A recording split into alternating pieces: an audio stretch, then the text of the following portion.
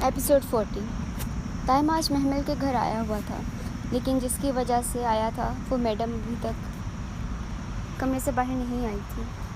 دائم میری جان مائرہ اور معصومہ کو بھی لے آتے ساتھ۔ محمل کی آواز سن کر وہ ہوش میں آیا۔ پھپھو جانی وہ دونوں گھر پر نہیں تھی، معصومہ اکیڈمی گئی ہوئی تھی اور مائرہ کالج تھی۔ ایسا کرو تم مرحال کے روم میں چلے جاؤ، ساحل بھی گھر پر نہیں ہے جو تمہیں کمپنی دیتا، اور میری آج امپورٹنٹ سرجری ہے۔ مجھے لگتا ہے مرحال کو تمہارے آنے کا نہیں پتہ، اس لیے ابھی تک نیچے نہیں آئی۔ محمل بھتیجے کی بے قراری سمجھ رہی تھی، اس لیے اس کی مشکل حل کر دی۔ جی وہ سیڑھیوں تک گیا، جب کچھ یاد آنے پر واپس مڑا۔ پھپھو جانی جی آپ مرحال کو کچھ نہ کہا کریں، وہ مجھ پر پورا حق رکھتی ہیں، وہ مجھ پر اپنا ہر کام اپنا حق سمجھ کر کرواتی ہیں۔ ان کا ڈرائیور میں اپنی خوشی سے بنا ہوں، مجھے اچھا لگتا ہے ان کا حق جتانا۔ وہ نظریں جھکاتے بولتے ہوئے بہت معصوم اور پیارا لگ رہا تھا۔ محمل کو اپنی بیٹی کی قسمت پر رشک آیا۔ کوئی بات اس کے پیٹ میں نہیں ٹکتی، یہ بات بھی تمہیں بتا دی اس نے۔ آپ جانتی ہیں پھپھو، وہ مجھ سے کچھ نہیں چھپاتی، وہ مسکراتے ہوئے بولا۔ تو محمل نے بے ساختہ ماشاءاللہ کہا۔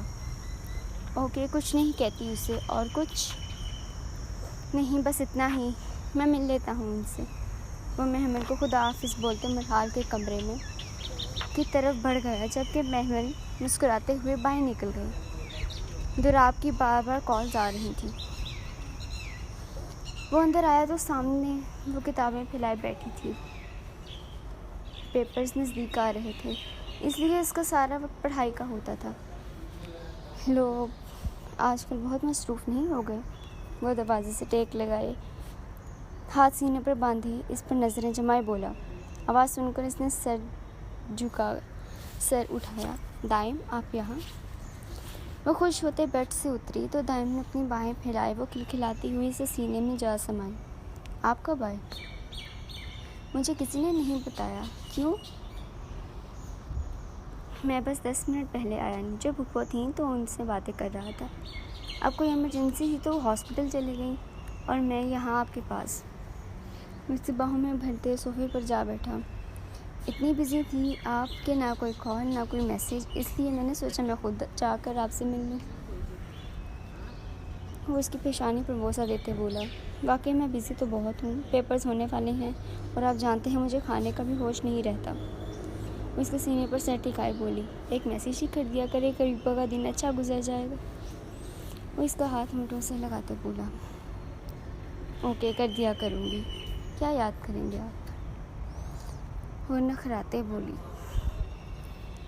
بہت مہربانی آپ کی، وہ سر کو خم دیتے بولا، اور وہ مسکرا دی۔ ابھی فری ہیں آپ تو کہیں باہر چلیں؟ اوکے 5 منٹ دیں، میں چینج کر لوں پھر چلتے ہیں۔ وہ بھی صبح سے پڑھ ہی رہی تھی، اس لیے تھوڑا ریسٹ تو بنتا تھا۔ میں کروا دوں چینج؟ اس کے کان میں سرگوشی کرتے بولا تو وہ سمٹ گئی۔ شرم کر لیا کریں دائم، وہ کیا ہوتا ہے؟ وہی جو آپ میں نہیں ہے۔ وہ دو ودو بولی۔ شادی کے بعد بھی تو یہی سب کرنا ہے؟ تو اچھا ہے، ابھی سے پریکٹس ہو جائے گی۔ وہ ہلکے سے اس کے ہونٹوں کو چھوتے بولا۔ شادی کے بعد جو ہوگا وہ بعد میں دیکھا جائے گا، ابھی کے لیے چھوڑیں مجھے۔ وہ اس کے ہاتھ اپنی کمر سے ہٹاتے بولی، لیکن دائم نے گرفت سخت کرتے اسے اور بھی قریب کر لیا۔ دائم کیا کر رہے ہیں؟ وہ اس کے سینے پر ہاتھ رکھتے خود کو اس پر گرنے کی سے بچا گئی۔ پیار۔ یک لفظ جواب۔ دائم باہر نہیں جانا کیا؟ وہ اس کے ارادے دیکھ کر ڈر گئی۔ نہیں، اب موڈ نہیں ہو رہا۔ وہ نرمی سے اس کے ہونٹوں کو اپنی گرفت میں لے گیا تو وہ مرحال کی آنکھوں میں بند کرتے اس کے لمس کو محسوس کیا۔ اس نے یوں آنکھیں موند دیکھ کر دائم نے اور بھی شدت دکھائی۔ وہ اس کی شرٹ پر گرفت مضبوط کر گئی۔ اس سے پہلے کہ وہ حد پار کرتا وہ جھٹکے سے اٹھی، باتھ روم میں بھاگ گئی۔ جب اسے پیچھے دائم کا کہکہ سنائی دیا تو وہ خود بھی مسکرا دی۔ تھوڑی ہی دیر میں وہ فبیہ حسن سے فبیہ ملہار خانزادہ بن گئی تھی۔ اسے بہت عجیب لگ رہا تھا۔ وہ ملہار کو ٹھکرا آئی تھی اور اب اس کے بھائی نے ملہار کو شادی کے لیے بلا لیا تھا۔ وہ کیا سوچ رہی ہوں گی، کیسی لڑکی ہوں میں، ورنہ ماں کو یہ بار بار یہی کہے جا رہی تھی، جبکہ ملہار کی خوشی بھی دیدنی تھی، لیکن وہ فبی سے ناراض بھی تھا۔ وہ اس کو یوں بے دردی سے ٹھکرا آئی تھی۔ اس کا ارادہ اسے اتنی جلدی معاف کرنے کا نہیں تھا۔ یقیناً تمہارے من میں بہت سے سوالات ہوں گے، لیکن میں فی الحال کسی کا بھی جواب نہیں دے سکتا تمہیں۔ مجھے امید ہے کہ تم میری بہن کو خوش رکھو گے، اس کی خود سے بڑھ کر حفاظت کرو گے۔ نکاح ہونے کے بعد وہ مولوی اور گواہوں کو رخصت کر کے ملہار کے پاس آتے بولا، تم پریشان مت ہو ولی، تمہیں کوئی شکایت نہیں ملے گی۔ آج سے فبی میری ذمہ داری ہے اور مجھے میری ذمہ داری نبھانا آتی ہے۔ میں نہیں جانتا کہ ایک بھائی کے سامنے یہ بات کہنی چاہیے یا نہیں، لیکن میں فبی کو اپنی جان سے بھی زیادہ چاہتا ہوں۔ میری جان بستی ہے ان میں ان پر ایک آنچ بھی نہیں آنے برداشت کر سکتا۔ جب مجھے پتہ چلا کہ وہ لاپتہ ہیں، میری جان نکل گئی تھی ولی، لیکن میں تمہیں یقین دلاتا ہوں ان کی حفاظت جان سے بڑھ کر کروں گا۔ وہ اس کے کندھے پر ہاتھ رکھتے بولا تو ولی نے مسکرا کر اسے دیکھا۔ میں چلتا ہوں، تم اندر جاؤ، فبی کے پاس تسلی دو، اسے کچھ ہدایت دینا چاہتا تھا۔ چلا گیا۔ اب ملہار کا رخ فبی کے کمرے کی طرف تھا۔ وہ اندر آیا تو سامنے سے سوچوں میں گم دیکھا۔ السلام علیکم آواز سن کر وہ چونکی۔ وعلیکم السلام، دھیمی آواز میں بولتی وہ اپنے ہاتھوں کو گھورنے لگی۔ کرنے کی لائق کوئی بات ہی نہیں تھی تو کیا بات کرتی؟ چادر لے لیں، ہم لوگ گھر جا رہے ہیں۔ کچھ دیر کی خاموشی کے بعد ملہار کی آواز آئی تو وہ چپ چاپ اٹھتی، بیڈ سے چادر اٹھاتے تیار ہوئی، اور کچھ نہیں تھا اس کے پاس، بس ایک وہی چادر تھی۔ ملہار کی خاموشی سے اس کا دل بجھ گیا تھا۔ بھلے وہ اس کی محبت کرتا تھا، لیکن وہ اسے ٹھکرا آئی تھی اور اب زبردستی اس کے سر پر تھوپ دی گئی تھی، تو کیسے وہ اس کی طرف دیکھتا یا کچھ بھی کہتا؟ تو وہ بس ولی کے کہنے پر اس سے نکاح کرنے پر راضی ہوا تھا۔ ولی کا احسان کیا تھا اس نے۔ وہ سر جھٹکتی اس کے پیچھے باہر نکل گئی۔ سر جی، مجھے سمجھ نہیں آتی یہ کیسا مجرم ہے، ایسا لگتا ہی نہیں کہ جیل میں ہے۔ گھر والے ساری سہولیات فراہم کی گئی ہیں اسے، اس سے اچھا ہے کہ چھوڑ دیا جائے۔ ایک کانسٹیبل زمان بیگ سے بولا تو زمان نے خوخار نظروں سے اسے دیکھا۔ کانسٹیبل گھبراتا وہ وہاں سے نکل گیا، جبکہ زمان کی پرسوچ نظریں اپنے موبائل پر تھیں۔ اسے اب جلد سے جلد باس سے رابطہ کرنا تھا۔ رائم، کہاں رہتے ہو سارا دن؟ وہ رات کو گھر واپس آیا تو 11 بج رہے تھے۔ سعدیہ کو اپنے انتظار میں جاگتے پایا تو اسے پاس چلا آیا۔ ماما کیوں جاگ رہی ہیں آپ ابھی تک؟ سو جاتی، وہ اسے حصار میں لیتے اس کا سر چومتے بولا۔ جو ان کی اولاد آدھی رات تک گھر سے باہر رہے گی تو کون سی ماں سکون سے سو سکتی ہے؟ رائم، ماما کچھ ضروری کام تھا، آپ پریشان نہ ہوا کریں، میں کوئی چھوٹا بچہ تو نہیں ہوں، میرے لیے بچے ہی رہو گے۔ کھانا لگاؤں؟ وہ منہ بناتے بولی۔ یار ماما ناراض تو نہ ہوا کرے۔ اوکے، میں کوشش کروں گا آئندہ جلدی گھر واپس آؤں۔ اب ٹھیک ہے؟ وہ ماما کا ہاتھ لبوں سے لگاتے بولا۔ فریش ہو جاؤ، کھانا لگاتا ہوں تمہارے لیے۔ وہ پیار سے اس کا گال تپ پاتے کچن میں چلی گئی، جبکہ رحیم اپنے روم میں چلا گیا۔ آج اس نے ارحا کو دیکھا تھا۔ وہ پہلے سے بہت بدل گئی تھی۔ کس چہرے پر وقت شرارت رہتی تھی، وہاں حد درجہ سنجیدگی چھائی ہوئی تھی۔ علی کے بارے میں رائم کو پتہ چلا تو اسے ارحا کی بے فکر لگ رہی تھی۔ وہ علی سے زیادہ اٹیچ تھی اور اب اس کے جیل میں جانے کی وجہ سے بہت سنجیدہ ہو گئی تھی۔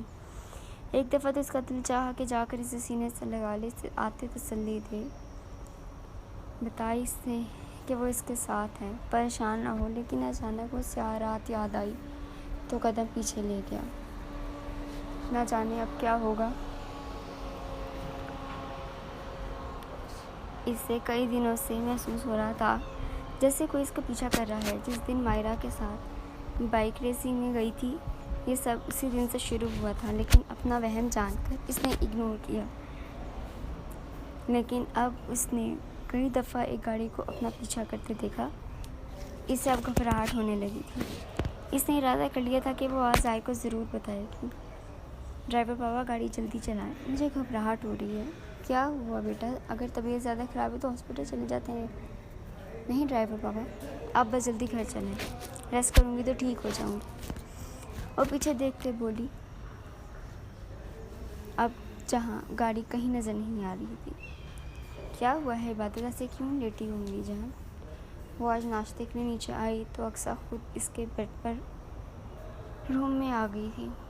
علی کے جانے کے بعد وہ بہت اداس رہنے لگی تھی، لیکن سب اس کا دل بہلانے لگے تھے۔ وہ اندر آئی تو عبادت ابھی تک سو رہی تھی۔ پھوپھا سر میں درد تھا، چکر آ رہے تھے، اس لیے دل نہیں کیا نیچے آنے کا۔ وہ بیڈ پر آنسر ٹیک لگاتے بولی، تم نے رات کو بھی کچھ نہیں کھایا تھا، چکر تو آئیں گے نا؟ چلو اٹھو، فریش ہو جاؤ، میں ناشتہ روم میں بھجواتی ہوں۔ وہ اس کا ماتھا چومتے باہر نکلی تو وہ بجلی سے اٹھی واش روم چلی گئی۔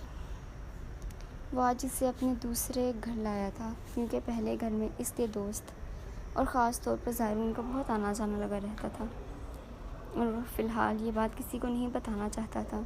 سامنے والا روم ہے، وہاں چلی جائیں اور کچھ دیر ریسٹ کر لیں، میں کچھ کھانے کو بنواتا ہوں آپ کے لیے۔ ملحار اسے روم میں بتاتا خود دوسرے کمرے میں چلا گیا، جبکہ فبی کی آنکھیں اس کا یہ رویہ دیکھ کر پھر سے نم ہو گئی تھیں۔ وہ اندر آیا تو ایک لمبا سانس خارج کیا۔ وہ خود پر کیسے کنٹرول کیے ہوئے تھا اس کا رب ہی بہتر جانتا تھا، ورنہ میں پسند کی عورت کے پاس ہوتے وہ کیسے اس سے دور ہو سکتا تھا۔ سوری فبی، میں جانتا ہوں آپ کو میرے رویے سے تکلیف ہو رہی ہوگی، لیکن یہ کرنا بھی ضروری ہے تاکہ آپ کو بھی احساس ہو کہ درد کیا ہوتا ہے۔ لیکن میں بہت خوش بھی ہوں کہ آپ مجھے مل گئیں۔ میں اللہ کا شکر ادا کرتا ہوں کہ آپ واپس میری زندگی میں آ گئی ہیں ہمیشہ کے لیے۔ اب مجھے آپ کے بچھڑنے کا کوئی خوف نہیں ہے۔ وہ دھیمے سے مسکراتے ہوئے دل میں اس سے مخاطب تھا۔